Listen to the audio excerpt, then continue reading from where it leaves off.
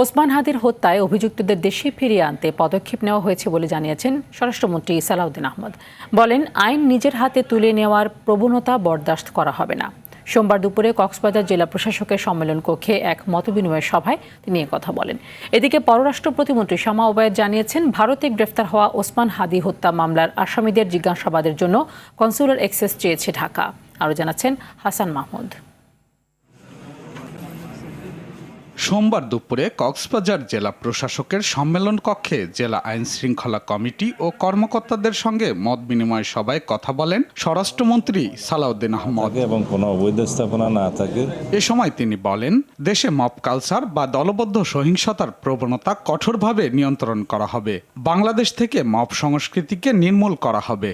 সারা বাংলাদেশে যাতে জনপ্রত্যাশা অনুযায়ী সুশাসন বজায় রাখতে পারে সেই জন্য আমাদের কর্মকাণ্ড চালু থাকবে। ইতিমধ্যে স্বরাষ্ট্র মন্ত্রণালয়ের পক্ষ থেকে পদক্ষেপ নেওয়া হয়েছে। পররাষ্ট্র মন্ত্রণালয়কে আমরা অনুরোধ করেছি তারা এটা যেটা extradition treaty in between two countries আছে সেই মতে তাদেরকে আমাদেরকে ফেরত দিবেন বলে আমরা আশা করছি এবং আমরা ফেরত আনার জন্য যথেষ্ট জোর প্রচেষ্টা চালাবো।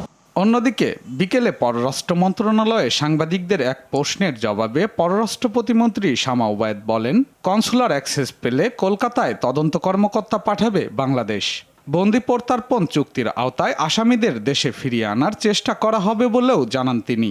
আমরা ভারতের কাছে কনসুলার অ্যাক্সেস চেয়েছি, তা পাওয়া মাত্রই আমরা সামনের দিকে এগোতে পারবো। অবশ্যই ভারতের সাথে আমাদের বন্দি বিনিময় চুক্তি আছে। যদি এই আসামিরা শনাক্ত হয়, হাদি হত্যাকাণ্ডের বিচার আমরা সকলেই চাই। আমাদের কূটনীতির মাধ্যমে ভারতের সরকারের সাথে আমরা যোগাযোগ করব এবং যাতে এই বন্দিরা বন্দি বিনিময় চুক্তির মাধ্যমে ফেরত আসতে পারে বা সেই ব্যবস্থা আমরা অবশ্যই করব।